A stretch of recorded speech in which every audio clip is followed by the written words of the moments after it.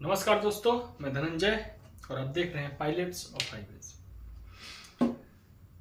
दोस्तों, अभी तक तो मैं पायलट्स का ही बात किया और पायलट्स का ही बात करूंगा।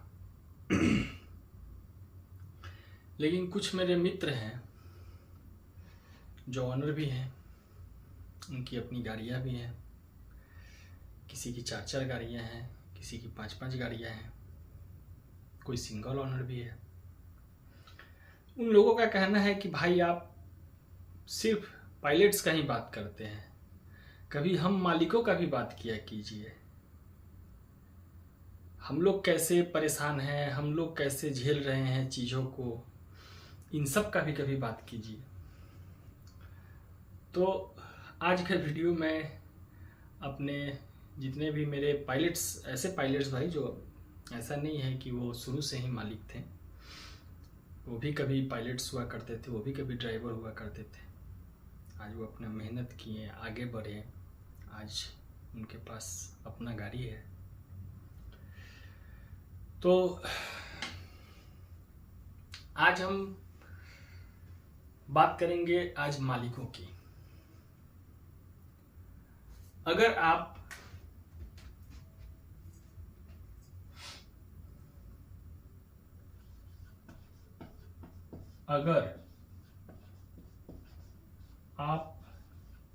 BS6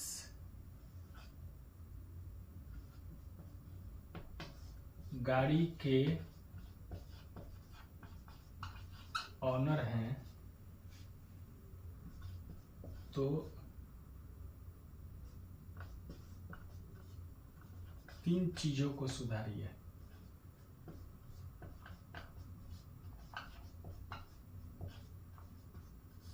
अब ये कौन सा ऐसे 3 चीज है जो सुधारेंगे तो उनका गाड़ी सुधर जाएगा।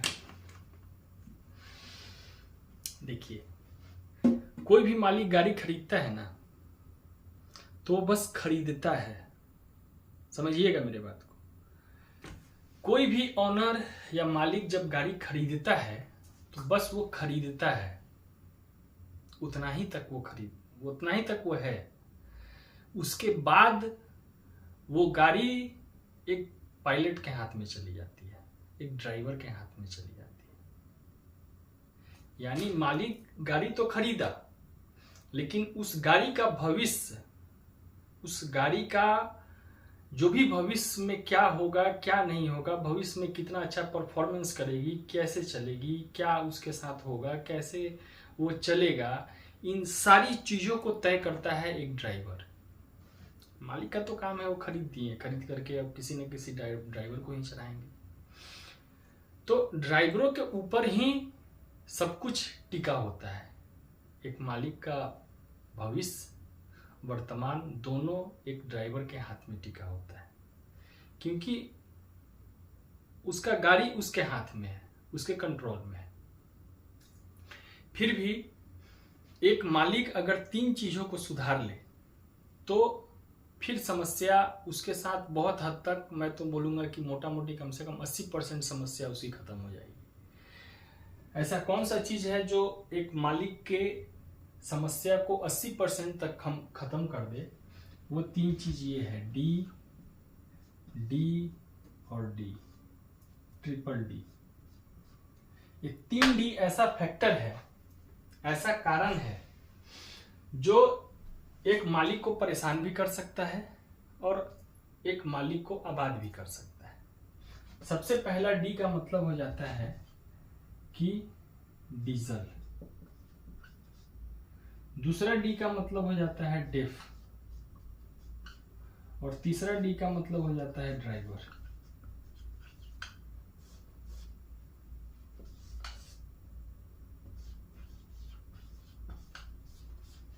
BS6 इसी 3 चीजों पर डिपेंड है। अगर आपका ये 3 चीज ठीक है तो आपका गाड़ी बहुत अच्छा परफॉर्मेंस करेगा। अब तीनों चीज को बारी बारी से हम समझते हैं कि डीजल क्यों, डेफ क्यों और ड्राइवर क्यों। क्योंकि गाड़ी में ये तीनों चीज बाहर से आते हैं। गाड़ी में माल भी बाहर से ही लोड होता है, लेकिन ये ऐसा चीज है ना कि डीजल का जरूरत आपको रोज है, डेफ का जरूरत आपको रोज है, और एक ड्राइवर का जरूरत आपको रोज है। यानी जब गाड़ी चलेगा तब डीजल, डेफ और ड्राइवर। डीजल में देखिए, क्यों डीजल को मैं क्यों बोल रहा हूं, इस चीज को समझिए। जैसे आपका गाड़ी है, भारत में, हमारे भारत में क्या चल रहा है, हमारे भारत में कौन सा स्टेज चल रहा है, तो आप बोलिएगा BS6, यानी भारत स्टेज 6 की गाड़ियां बन रही हैं। आप लोड किए, मान के चलिए कि कोलकाता से आप लोड किए और चले गए नेपाल, या कलकत्ता से आप लोड किए और चले गए, आपका बगल में है भूटान। अब क्या भूटान में BS6 है? नहीं, भूटान में BS6 अभी नहीं है। हो सकता है वहां BS3 हो। बांग्लादेश आप चले गए, अभी तो खैर बांग्लादेश बंद है, लेकिन बांग्लादेश भी गाड़ियां जाती है, BS6 गाड़ियां ही जाती हैं, ज्यादा अंदर तक नहीं जाती। लेकिन भूटान में ज्यादा अंदर तक जाती है, नेपाल में भी ज्यादा अंदर तक जाती है।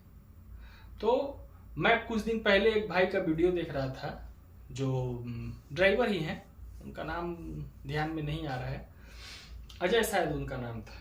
तो वो एक वीडियो डाले हुए थे भूटान का, कि भूटान में देखिए ये लंबा लाइन लगा हुआ है 3-3 किलोमीटर तक, और सब डीजल के लिए रुका हुआ है सब। देखिए BS6 जो है ना, उसका डीजल भी अलग आता है। सरकार तो ये दावा करती है कि हर पंप में BS6 का डीजल मिल रहा है, चूंकि दाम भी एक ही है। BS6 का ही डीजल BS3 में भी जा रहा है, हर चीज में वही डीजल यूज हो रहा है। लेकिन डीजल आपको सही इसलिए रखना जरूरी है। डीजल को समझिए, देखिए सबसे पहला कि बाहर से कहीं से भी आप डीजल ले रहे हैं, इस पर मैं पहले भी एक वीडियो बना चुका हूं, समझा चुका हूं, फिर से आज समझा रहा हूं कि डीजल आप जैसे मान के चलिए कि तीन बड़ी जो है वो डीजल की जो मतलब कंपनियां हैं, वो 3 हैं। एक है इंडियन ऑयल, दूसरा है भारत पेट्रोलियम, और तीसरा है हिंदुस्तान पेट्रोलियम। तो आप अपने गाड़ी में अगर इंडियन ऑयल से ले रहे हैं तो कोशिश कीजिए कि जब भी आप ले तब इंडियन ऑयल से ले। अगर मजबूरी बस बाहर जा रहे हैं तो बाहर से डीजल बिल्कुल मत लीजिए। बीच बीच में आप अपने डीजल को चेक भी करवा लीजिए, टंकी में आपका डीजल है, कहीं जांच होता है तो उसको चेक भी करवा लीजिए। कैसे चेक होगा? किसी भी डीलर में, टाटा मोटर डीलर में, या आपका आइसर का है तो आइसर का डीलर में, या भारत बेंज है तो भारत बेंज का डीलर में, या लीलन का आपका गाड़ी है तो लीलन के डीलर में आप अपने डीजल को 1 लीटर काढ़िए। आप जैसे मान के चलिए कि 500 लीटर डीजल लिए, तो आपका बीच बीच में क्या कीजिए कि 1 लीटर डीजल आप अपने टंकी से निकालिए और डीलर वाला को दीजिए। कुछ छोटा सा चार्ज लगता है कि भैया मेरा ये डीजल देखिए, चेक कीजिए कि सही है कि नहीं। मैं ये मालिकों के लिए बोल रहा हूँ, ड्राइवरों से ये काम संभव नहीं है, क्योंकि कोई भी ड्राइवर होता है तो वो माल लोड करता है तो फिर वो खाली करने का टेंशन, फिर खाली करता है तो फिर लोड करने का टेंशन, तो वो बस खाली लोड में ही लगा रहता है। उनको ये जिम्मेवारी आप सौंपिएगा तो नहीं कर पाएंगे। तो ये मालिकों की जिम्मेवारी बनती है कि गाड़ी कभी आप खड़े हुआ, आप गाड़ी के पास गए तो बोलिए कि 1 लीटर डीजल टंकी में से काढ़ो। 1 लीटर डीजल से किसी का कुछ बनने बिगड़ने वाला नहीं है। आप उसको ले जा करके डीलर में, या बहुत सारे ऐसे हैं जो चेक करते हैं, पता कीजिए कि कहाँ पे चेक करते हैं, उनको दीजिए आप डीजल। भैया थोड़ा चेक कीजिए कि डीजल मेरे गाड़ी के लिए, BS6 के लिए अच्छा है या इसमें किसी तरह का कोई समस्या है। क्योंकि ज़्यादातर मालिक जो हैं, अगर लोकल गाड़ियाँ चल रही हैं तो वो किसी न किसी एक प्रॉपर पंप से ही लेते हैं। तो उस पंप में आपका डीजल सही मिल रहा है कि नहीं मिल रहा है, इस चीज़ को आप एक बार जानकारी ले लीजिए। आंख बंद करके किसी पर भरोसा मत कीजिए, वो समय नहीं है। कब कौन कैसे आपका काट लेगा आपको पता नहीं चलेगा आज के समय। तो सबसे पहले डीजल इधर उधर से मत लीजिए। दूसरे देश में जा रहे हैं, नेपाल में जा रहे हैं, भूटान में जा रहे हैं, मत भरिए। इसलिए मत भरिए क्योंकि वहां कौन सा डीजल का यूज हो रहा है, कौन सी वहां, जैसे हमारों का BS6 है तो हो सकता है वहां नेपाल का है, नेपाल स्टेज 3 चल रहा हो, नेपाल स्टेज 4 चल रहा हो। तो डीजल आपको प्रॉपर ध्यान देना है। दूसरा डेफ, डेफ भी आपको ध्यान देना होगा। डेफ का मतलब हुआ कि यूरिया, क्योंकि देखिए डीजल हमेशा आपके इंजन में जाएगा, लेकिन यूरिया हमेशा आपके एटीएस यानी सलेंसर में जाएगा। डीजल का काम है आपके गाड़ी के इंजन को स्टार्ट रखना, उसको चलाना, पावर देना, उसका ईंधन है। लेकिन यूरिया का काम है कि यूरिया आपके एटीएस में जो आफ्टर ट्रीटमेंट सिस्टम होता है, जिसको लोग बोलते हैं, इंजीनियर लोग अपने भाषा में उसको आफ्टर ट्रीटमेंट सिस्टम यानी एटीएस बोलते हैं, उसमें भी कई वो चेम्बर वो बना करके रखते हैं। जैसे किसी को डीएससी बोलते हैं, कुछ एससीआर बोलते हैं, मिक्सिंग चेम्बर बोलते हैं। नहीं तो ये सब उनका क्राइटेरिया अपना बांटे हुए हैं। वो इंजीनियरों का भाषा अलग होता है, उस भाषा में हम लोग को जाने का जरूरत नहीं, हम लोग का बोलचाल वाला भाषा ठीक है। अब वो आएंगे इंजीनियर, आपको समझाने लगेंगे कि देखिए ये इंजेक्टर है, जो इंजेक्टर में अगर ऐसा होता है तो आपका डीजल जाएगा, तो फिर आपका इंजेक्टर ऐसा हो जाएगा, तो फिर इंजेक्टर पंचर हो जाएगा, तो फिर आपका इंजेक्टर जो है वो खराब हो जाएगा। तो भैया सब साफ साफ बोलिए ना भाई, नोजल बोलिएगा तो अधिकतर ड्राइवर समझ जाएगा। कौन को ड्राइवर है जो समझने वाला है इंजेक्टर, तो उनका भाषा अलग है। हालांकि वो अपने हिसाब से सही बोलते हैं, लेकिन हम लोग वो नहीं सीखे हैं, वो नया टेक्नोलॉजी आया है, हम लोगों को पता नहीं है, तो हम लोग समझ नहीं पाते। तो मैं था कहाँ, डेफ पे था कि डेफ आपको इसलिए जरूर ध्यान देने का जरूरत है, क्योंकि देखिए आप देखिएगा कि कहीं कहीं पे डेफ तो हर जगह मिलता है, बाल्टी में मिलता है, बाल्टी में आप लिए डाल दिए। कहीं कहीं आप देखिएगा कि जैसे बहुत सारे जगहों पर मैं देखता हूं कि अगर डीलर है तो डीलर के बाहर में बहुत अच्छा सुविधा करके और पंप में जैसे डीजल दिया जाता है उस तरह से उनका एक नोजल होता है और वो यूरिया को देते हैं। और वो एक सेफ्टी टैंक होता है। सेफ्टी टैंक मतलब उस टैंक में क्या होता है कि देखिए यूरिया क्या होता है कि हाईवे के किनारे आजकल यूरिया बेचने वाले लोग इतने न हो गए हैं कि वो धूप में 200-500 का ड्राम कंपनी देता है, एक के ऊपर एक रख दिए हुए हैं, धूप में ऐसे ही छोड़ दिए हैं। तो धूप में सरजी यूरिया खराब होता है। गर्मी आप देख ही रहे हैं, कहीं से भी आप यूरिया ले लीजिएगा, डाल लीजिएगा, तो वो जाता है सीधे आपका मिक्सिंग चेम्बर यानी एटीएस में। वहाँ पे उसको स्प्रे करना रहता है धुआं में, और धुआं में उसको मिलना रहता है। और स्प्रे कौन करता है, तो वहाँ भी एक डोजिंग वाल्व लगा होता है, यानी जो स्प्रे करने वाला वाल्व, शायद डोजिंग वाल्व बोलते हैं, हो सकता है कुछ और बोलते होंगे। तो वहाँ भी वो स्प्रे करता है, यानी नोजल जैसे आपके गाड़ी में डीजल को स्प्रे करता है, फुहारा बना करके, गैस बना करके पिस्टन पे डालता है, उसी तरह से एटीएस में जो मिक्सिंग चेम्बर होता है वहाँ पर भी आपका जो डेफ यानी यूरिया होता है उसको मिक्स करके जो रिएक्शन करवाया जाता है, वो वहाँ पे भी एक नोजल के माध्यम से ही फुहारा बना करके उसमें वो स्प्रे करता है। तो अगर आपका यूरिया खराब हो जाता है, कहीं से भी आप यूरिया लेकर के डाल दे रहे हैं, तो आपका सलेंसर में अगर कहीं से भी प्रॉब्लम आता है, तो देखिए BS6 का बनावट ही ऐसा किया गया है, इंजन में कुछ ज़्यादा छेड़छाड़ नहीं है।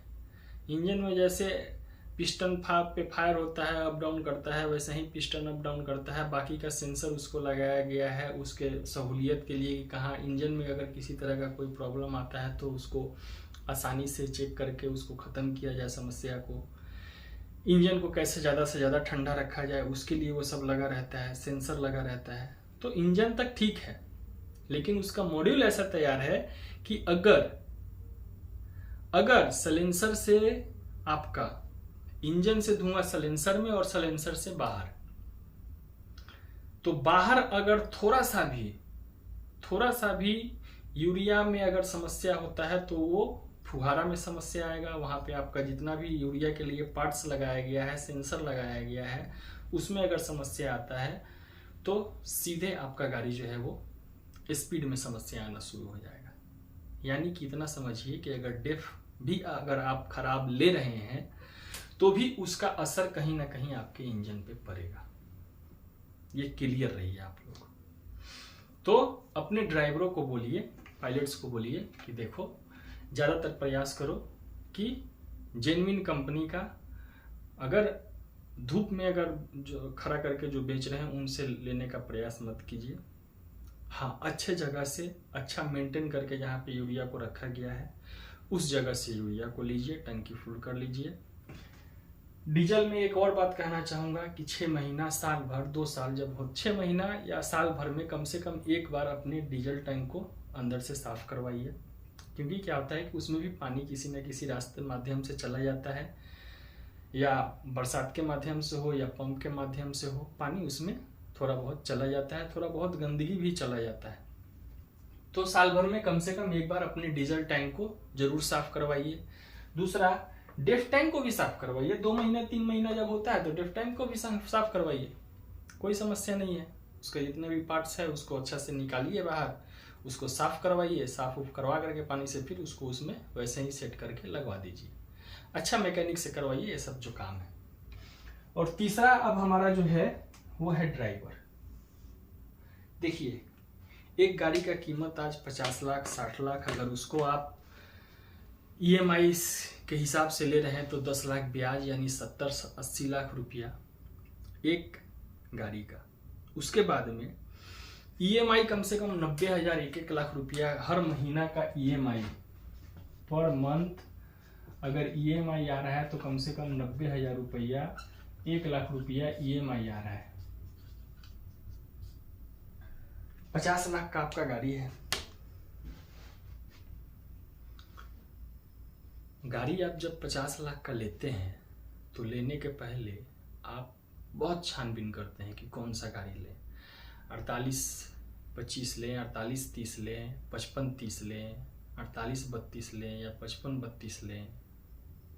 जो भी आप गाड़ी तय करते हैं, लेते हैं, चाहे वो जिस कंपनी का हो, भारत बेंज का हो, टाटा का हो, लीलन का हो, जिस भी कंपनी का हो, क्योंकि गाड़ी लेने के पहले आप छानबीन करते हैं, हर चीज को समझते हैं। तो वैसे ही जब आप 50 लाख 60 लाख का अपना संपत्ति किसी को दे रहे हैं तो उस समय उसका भी छानबीन होना चाहिए। इसलिए मैं बोला कि ये 3D को आप सुधार लीजिए, आपका BS6 गाड़ी बहुत अच्छा रहेगा। 3D में सबसे पहला डीजल, डेफ, ड्राइवर। ड्राइवर को भी ये आपका जिम्मेवारी है सर जी। आप दे दिए ड्राइवर को, अब वो मान जैसे 5 बजा तो उसका नस खींचने लगता है, इधर उधर नस दुखने लगता है, तो बैठ गया ठीका पर, मार लिया 2 पैक महुआ, बैठ गया। उसके बाद वो अपने आप को मालिक समझने लगा, लेके निकल गया। तो उसका नुकसान किसको होगा? आपको होगा। तो आप गाड़ी लिए, सब कुछ हुआ, आया, अब हड़बड़ी में अगर ढंग का ड्राइवर नहीं भी मिला तो कोई भी मिल गया तो आप उसको दे दिए। अभी नया नया वो सीखा है, उसको ही आप दे दिए। BS6 का कह उसको नहीं मालूम है और आप उसको दे दिए, BS6 थमा दिए। देखिए, गाड़ी को मेंटेन आप ही ना करते हैं। अगर उसमें 1 रुपये भी खर्च हो रहा है, या 100 रुपया भी खर्च हो रहा है, या 1 लाख खर्च हो रहा है, या 10 लाख भी खर्च हो रहा है, तो आप कर रहे हैं।